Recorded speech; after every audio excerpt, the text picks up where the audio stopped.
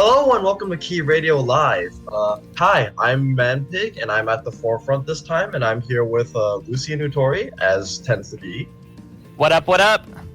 Back-to-back episodes, y'all. Yes, this has been quite the exciting week, but now we're here to continue on with our Magic of Key Season 4 series, and today you might be able to tell just from the fact that I am heading this episode, we're talking about one of my favorite visual novels ever. Yes, we picked this as our mid-season finale to kind of coincide a little bit more with the release of One Remake, and it's fitting since we got the trial version a few days ago. So all the music you will be hearing this episode is from the trial version of One Remake. Yes, which side note, very Amazing. good. So good. The fact I am so glad with the fact that they just managed to capture the original tones so perfectly while still modernizing them, so it doesn't feel like they're just redoing the original tracks. No, there's like just enough flair while still keeping everything I loved about the original tracks. It's such a good remastering. It's just perfect. I love it. Hey, you know, remake. Take notes. I'll never let that hill die. I bet. But yeah, One Remake is looking to be one of the best modernized remakes of any visual novel ever made at this point. Like, it's up there with Tsukihime at this point for me. But we're not here to talk about the One Remake yet, because that's going to be coming out soon, and we'll be talking about that later once the book club podcasts are coming up, which we will be doing down the line. For now, those will begin in mid-January. Yeah. We'll be doing that in January because I'm going to be on holiday for a bit. So there will be a bit of a pause, but once I'm back, we'll be able to get right on the routes, and we'll be talking about them two at a time, correct? Yes. Yes, okay. Because the one routes are pretty small unless we see some major changes to the story, which so far we haven't seen. They should be able to be discussed pretty briefly. Right. I'll announce the dates for the book club at the end of this episode for those who are interested. But for now, we can get into the real meat of it. Yes. So what we'll be discussing about in this episode, as usual for this season, is we'll be talking about key magic. And this time we're talking about magic with one. We initially skipped this after Moon because we were saving it for this episode. But at the same time, usually we have like a spoiler segment and a non-spoiler segment. This episode will be purely non-spoilery, and the reason is because we're planning on leading this into the book club, where we will discuss more about the key magic, just in more depth there, because it's just more relevant. Like, we'll be able to get into it with each and every single route, see how it affects it, see how it impacts it. So for the spoiler segments, just tune in for the book club streams, or not streams, the book club podcast, and we'll all discuss the same things there. It'll just be there. So for this, it'll be a slightly short episode, but we'll basically be doing a spoiler-free segment to sort of not just explain what makes one magical for a keyword, but also so it draws more attention for one, and hopefully you'll be interested enough to check the remake out if you're not already interested, which you really should. It's probably going to be like $20, which is a pretty good deal for a visual novel this $20 on Just and Manga Gamer, likely to be $20 on Steam, and $70 on Nintendo Switch. Thanks, Nintendo. Love you guys. But yeah. Thanks, Nintendo. But yeah, so this episode we'll be talking about things in a spoiler-free segment. So if you've not read one, don't worry, we're here for you. Yeah, this is why one is a magical keyword. Yes, because thankfully there aren't actually that many things that we need to spoil, because one does a very special thing, is that they imply things from the beginning and plant seeds without showing too much of it, so it just barely catches your interest. Now, we've talked about keys magic before, but in case you don't remember, we have like three types of magic. It's like keys magic is the setting, keys magic is the I always forget them. Can you remind me? Magic is the setting, magic is the plot, and magic is the message. Magic is the message, yes. Where does one fit? Because it's kind of a weird amalgamation of all three, but all three of them are like very like slight. I would say that in one of its core aspects is magic in its not in its plot, but in I'll say it's setting. It's setting because setting a little bit message. Yeah, the message is the least magic part of it, but setting, in my opinion, is where I would put one because its setting is just very ethereal. Yeah. It's very.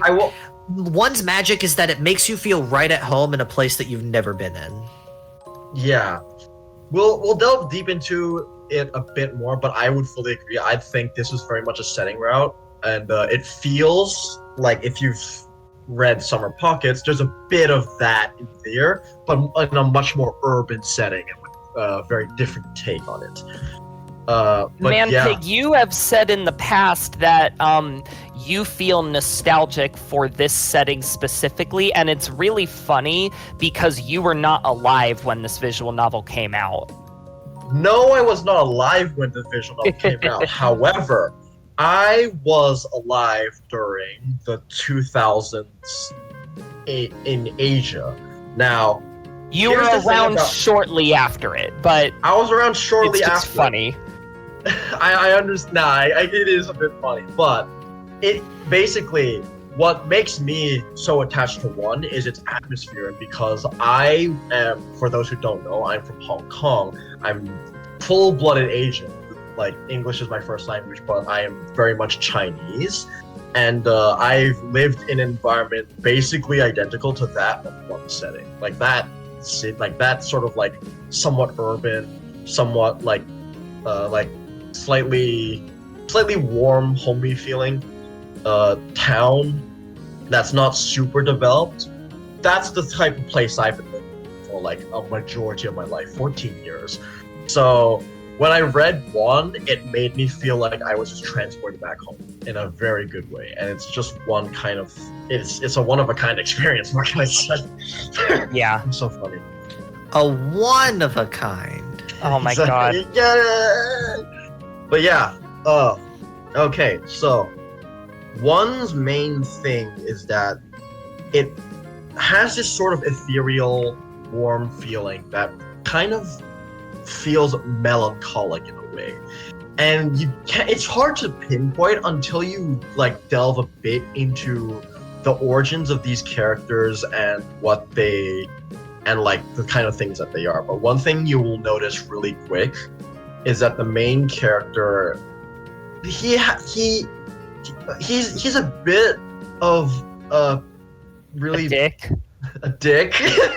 but he has a bit of unspoken troubles that he doesn't really show very often. There's a bit of a dichotomy, and they sort of imply it at the beginning, like right off the bat. He has a whole thing where like he's struggling with, why do I bother with the everyday existence? And this is something that's like, you know, brought up in the very, very early hours of the game, where he's just struggling with the everyday. Why bother? Yeah. So it's like, we see this in the beginning. This is actually the first impression of this character before a lot of people see that he's kind of a butt face, is that he feels like he hasn't cherished his daily life enough. That's literally like his first line, that he feels like he regrets a lot of things and that he's just struggling through going every day. He feels like he's not really doing that much of a great job with what he's given and appreciating everyday life for what it is. In a sense, it's sort of like a Kotaro from Rewrite, but it's executed very differently.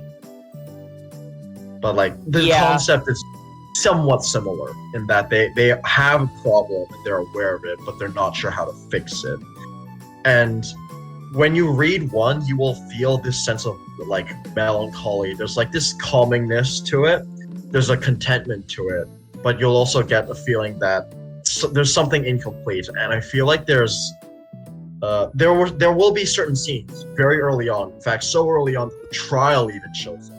Is that there will be certain scenes that almost feel like they are very ethereal and sort of fleeting and unnatural almost. Like you feel like you're at a tranquil point of existence, and we have these really picturesque real life CGs. These aren't art. This is like an actual like photograph of the real world. They were in the original, and we've seen one of them in the remake so far with the trial. These are actual photographs for these sections, and it's also interesting to note they all happen in between the days. They do not happen in the middle of the day. They always happen in between days. Yes, and we won't delve into those too much because that's for you to figure out once you read the visual novel. But the fact that they exist really adds to this overall ethereal setting. And as Uttori mentioned, the whole magic of one is very much in its setting and in its world. There's like the atmosphere, and in this town, a lot of the atmosphere comes from the music too. Absolutely. I will pitch in and say that another great thing that one does with these segments is, like we talked about, they are photographs. Like, you can literally create these and put on what is called a paint splotch filter in Photoshop, and you get those images. Like, they're about as close to real life as you can get in a visual novel. And that is in stark contrast to, obviously, the rest of it, which is very stylized. It creates a very distinct contrast, which also exists in the themes, because you'll have Kohei, who's basically like, man, this everyday existence is such a drag, basically. Like, he desires something more than the everyday. And then these sections almost are like a temptation. It provides it to him because they're these ethereal places that look different, but yet familiar. It's like in a dream whenever like you see a cliff and like you process mentally that it's a cliff, but it doesn't feel like a cliff, you know? Like everything just feels derealized almost. And I think that's very an effective part of one is it manages to create a atmosphere of both real and unreal, which is quite magical, something I am a little sad about. And this is more of a byproduct of the remake. The remake just having better coloring. I will miss the sunset background that we get at the top of the school roof. That sunset is one of my favorites because objectively it's aged poorly. But man, that bright, just neon orange, it hits perfectly, and you don't get that in modern color. Very pretty.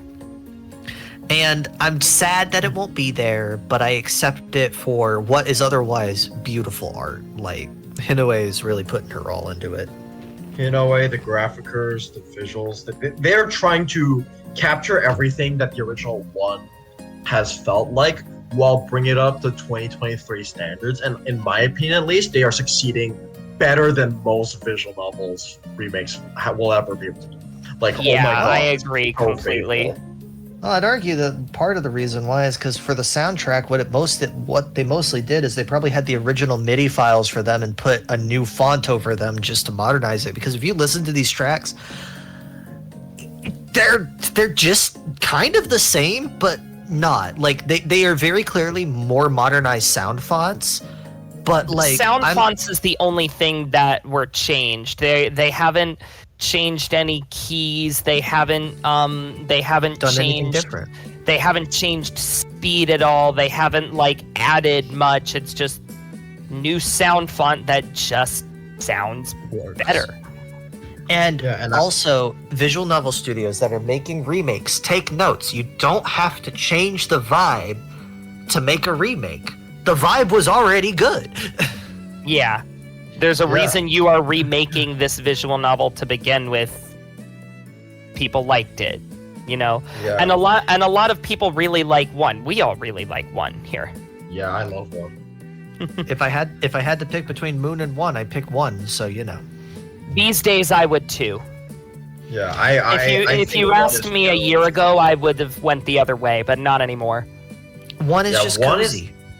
It's cozy, it's comforting, and it is the type of old visual novel that outside of Key is like, hey, if you liked Key, and if you want to enjoy a story that's similar to it, this is about as close as you're gonna get. Like, I feel like it's just It shares half of the early Key staff, so you know. exactly. Well, it has an identical staff to canon except for one person. Which is Yet 11. Yet 11, yeah. And the remake, they also capture it super well. So I feel like if you want a new vibe, or if you want a familiar vibe but with like a new take, a new fresh type of story, one does that.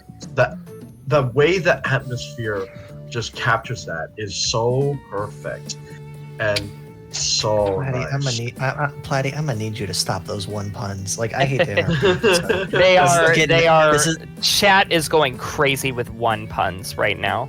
I'm They're gonna too read off some easy of the to best. make. I'm gonna read off some of the best sets. So, gotta be careful here. Best sets. We got.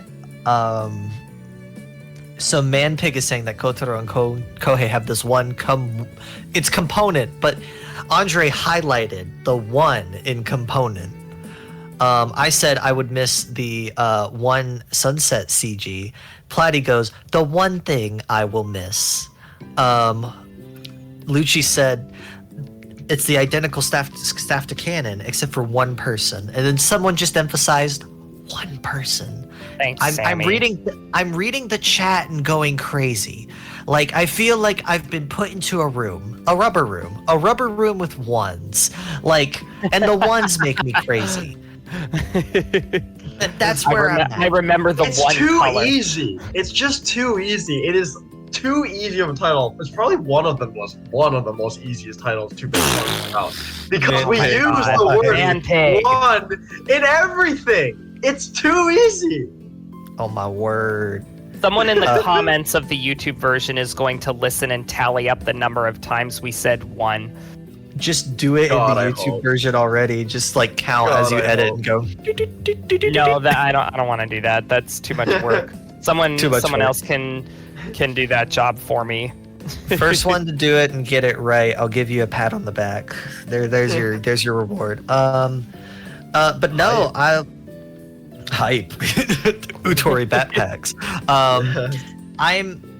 I also want to talk about something that we're kind of avoiding, but is an elephant in the room. The heroines in one are magical in their own sense because this is the only time that key-like heroines have disabilities.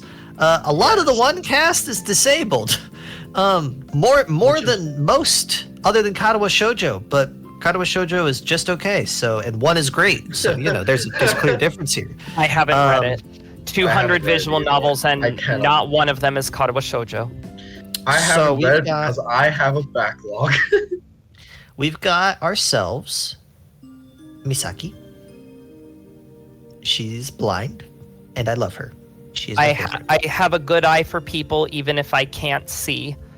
My favorite too bad quote. Translation botched that quote, but that's okay.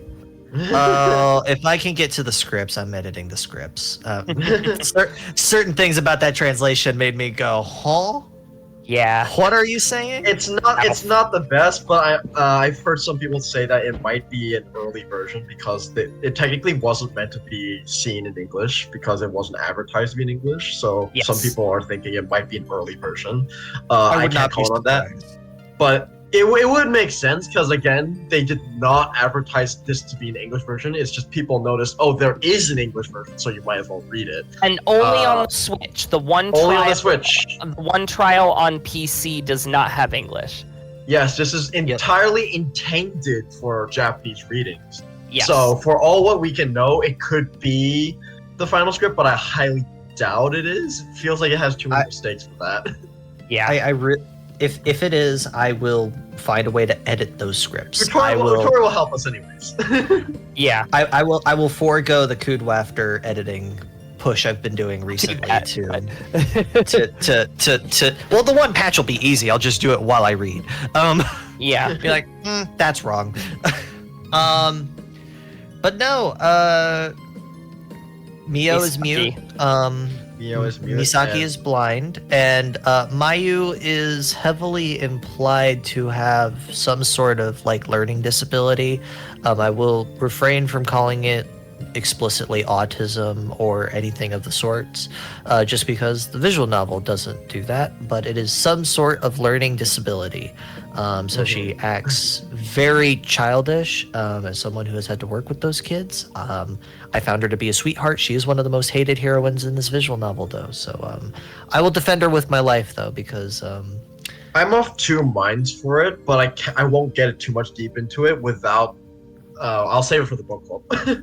Yeah. We'll have a whole discussion about that on the book club. Because this is definitely a contention, a route worth discussing, regardless. Yes. we don't hate Mayu. We hate this part of Mayu. Well, this visual novel's all ages, so we won't have to worry about that. True. The one who is hateable is Kohei. Yeah, kinda. He's the worst in Mayu's route. And then I would throw Akane into this category too. Mental disability, depression. Depression. Here's the thing: is that I would argue Kohei suffers from not like as major depression, but he definitely has some sort of like distance. He has tendencies. He has tendencies. I would say he suffers from ennui. That's a word I learned from the Inside Out True trailer. Ennui, listlessness, basically. That's kind of like how I would say. Like he's basically in chronic state of listlessness. Like bro just does not want to be in any room. Like every room he's in, he's like, I want to be out of this room. Yeah, at least from what I've taken is that part of the reason he's terrible to people is because he doesn't take anything seriously. If you've seen the show Ben 10 before, it's sort of the same thing as that, but like on a much worse scale on Kohei's end. Is that it's apathy? It's just pure apathy. When you don't care about something, sometimes the natural reaction is to just poke fun at it. Like that's just something a lot of people do. And Kohei definitely has traits of that, especially when you get to certain scenes that, again, we won't delve too deep into. But it's earlier in chat. Earlier in chat, Platy made the comparison to Tomoya, and there is some truth in that. I would Tomoya's a better person. And Tomoya also has like more serious trauma in his past, without going into any Clannad spoilers here, but we did talk about that on the Clannad trilogy of episodes on season 4, The Magic of Keith, so check those out. Kohei doesn't have nearly anything like that. It's different, but there is some similarities. I don't really agree with him not having a serious trauma. I will agree that Tomoya's is more extreme. It is more believable that he would get in an emotional state over it. They have different types of trauma. It's just their types of what they're facing are hugely different. I can't really respect that take. It is not to say that Kohei does not have trauma. It is just the trauma that was experienced, in my experience, would not lead to where he's at. So it's like, but like people react to things differently, so I'm not about to go, oh, that's unrealistic. I don't care. Fair. He's at this state now. If that means that he's apathetic, oh well, okay. Like it's not bad writing, it's just where his character's at. And then Nagamori, she's not particularly disabled. She's like the standout character. Nagamori is by far the most vulnerable of the heroines, I feel. And then she gets the most traumatic route, so like fun. And then Nanase is just kind of there, but in the remake, Hinoue Itoru is like going full in on how like fucking hot she is. Like, where did this come from? I will say, have you seen to suit Uttori? Like, tell me I'm wrong. I have. I'm no commento. I suspect Nanase is. I just dislike Nanase. It is actually. I think she's gone on record to say that. But I will say, makes sense. I will say, Nanase, she does deal with getting bullied. So yes, there is that. So I would say, an extension of depression, self-image issues, those are like her big things. But basically, they're dealing with either disabilities or mental disorders throughout most of one. And that's Mental what makes struggles, it pretty. Yeah. Disorders, struggles, trauma. All of it. Fun times. The things that make your brain go, oh no happy chemical left. You need to refill. And the things that, like, we've been talking a lot about the remake, but let's not, like, shy away from the fact that they were covering these topics in 1998, which is, like, kind of ahead of its time. Revolutionary. It's And then definitely, Key never like, touched on topics this explicitly ever again. Like, they'd be like, nowadays they'd be like, oh, she's just a little sad. It's like, that's phrasing for depression. I have one singular one take. No, like one major exception that I just completely disagree, but I kind of agree that they have moved away from it. I don't know if mentioning it is too much. It would be. I know which one you're talking about. I will say it's not like I don't actually. We'll do this in the after party. Okay. Yeah, sure. But so I will say I know, and to me real quick. what I would mean is that Key has generally steered clear of heroines that don't fit more what's the word, inside the box stereotypes. Like for example, we have not had a blind heroine since Apparently, but that's okay. That's a big spoiler. Oh my god. This bro is. It happens in the first 20 minutes, but okay. I mean, I'll cut it out of the YouTube version. Sorry. But it's not in the anime. I mean, no. I'll cut it from the YouTube version. I apologize. That's fair. But no, like minor first beat spoiler. I wouldn't just really consider said. that a spoiler personally, but that's fair. Yeah. I agree. That's fair for. But no, like, blind but we readers. don't have like, we haven't had a heroine sense that has been blind during the duration of Right. like a route. We haven't had a character that's mute. Like these are just things that Key doesn't do. That's fine. Like that just makes one stand out more. It was not Key, it was tactics. It was a brand that they were going for. And Key does things in other ways. Like their trauma affects how these characters behave still. It's just in different ways. That's not a bad thing. It's not that Key is straight away from trauma. Right after this, they had canon, and there is more trauma in that visual novel than one can throw around, honestly. In Clannad, there is like trauma upon trauma to the point where it literally changes people's lives. And then Air, I don't think I need to explain Air. Yeah. So like, I am not to say that Key has steered away from trauma or darker themes or more serious themes. I'm just saying when it comes to explicitly mentioning like disabilities and stuff, they have definitely largely been like, meh, we don't need it. And that's okay. If they don't want to write about it, they're tackling that's different chill. stories. They're tackling different types of stories that are more relatable to the everyday audience. I would say, like a more general field, but that also just makes And also one more allegorical. Yeah, exactly. And I think that's perfectly fine considering they're going hard in the plot specifically because Key has very intense plots. But with one that you have to remember, this is an era where the standard was these were just galgay. This was aiming to be a galgay. And for a galgay, they did some pretty fresh things to have disabilities and have genuine takes of these, like the chat's going wild, but I'm sorry. Andre did an Andre in chat. Let's just say that much. Manpig, what you're saying right now kind of leads into like what I think we should end this episode on, which is development history. Yeah, is that for the time one was very impressive and took a lot of risks. Yes. I'll talk a little bit about this one. Obviously, before this, we had Moon. We did our first episode of the season on Moon, so you could check that out if you want our deeper thoughts on it.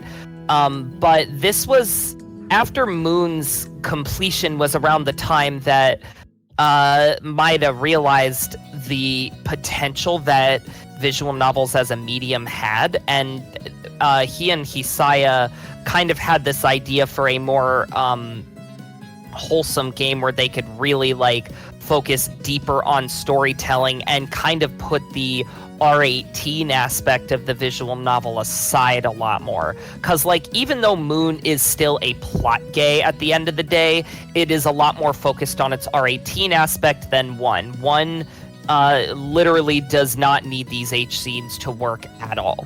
In fact, many would argue that it would be better if it didn't have H scenes, and I'm one of them. I would as well, yeah. So, like,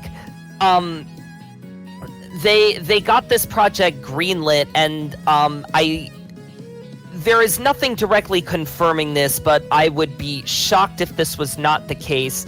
1 came out about a year after the original 2 Heart, and I believe that the original 2 Heart, being like the Galgay at the time, was somewhat of an inspiration for 1, but it still has that Maeda Hisaya twist to it, which eventually became the basis for what Key Magic would be. And obviously we are dancing around what the fantastical magical twist in 1 is. You'll have to read the visual novel and listen to the book club episodes if you want to hear us talk about that.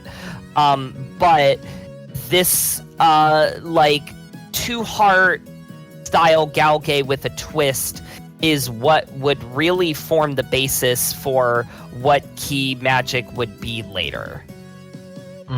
Yeah, I agree.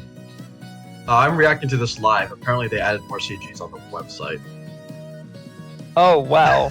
I've just checked to like see these characters. They added more CGs so we can see more. We can share that in the post show. But yeah, I would agree. 1 very much blazed its way, and without 1, we might not even have Key, because we wouldn't know whether or not this kind of thing was successful and have the staff that felt faithful in it to go out and make Key.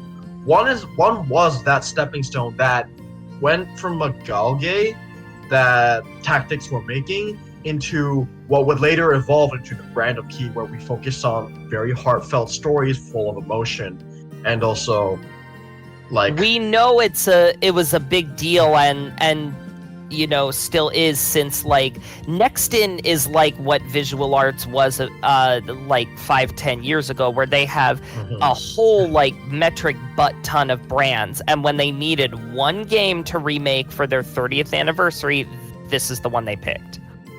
Yes, and what a great like choice for it, because like they know how much it's loved and how much people like care for this game.